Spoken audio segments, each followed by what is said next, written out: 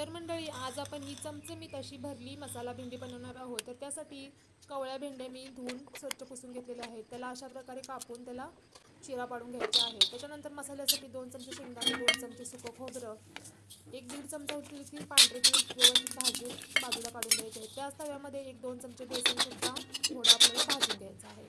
हे व्यवस्थित थंड करून मिक्सरच्या भांड्यामध्ये घ्यायचे आहे. त्याच्यामध्ये 7 ते 8 लसूण पाकळ्या टाकून हे बारीक करून घ्यायचं आहे. त्याच्यामध्ये चवीनुसार मीठ, पाव चमचा हळद, आवडीप्रमाणे लाल तिखट, ओली कोथिंबीर आणि अर्धा लिंबाचा रस पिळून हे परत एकदा फिरवायचं आहे.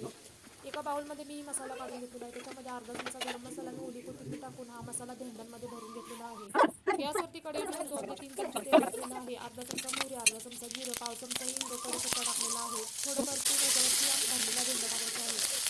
हे भेंड्या आलटून पलटून एक 10 ते 12 मिनिटात आपल्या व्यवस्थित अशी शिजवून घ्यायच्या आहेत. आणि काय, आपली मसाला भेंडी तयार आहे. नक्की ट्राय करा आणि रेसिपी आवडली असेल तर चॅनलला सबस्क्राईबसुद्धा करा.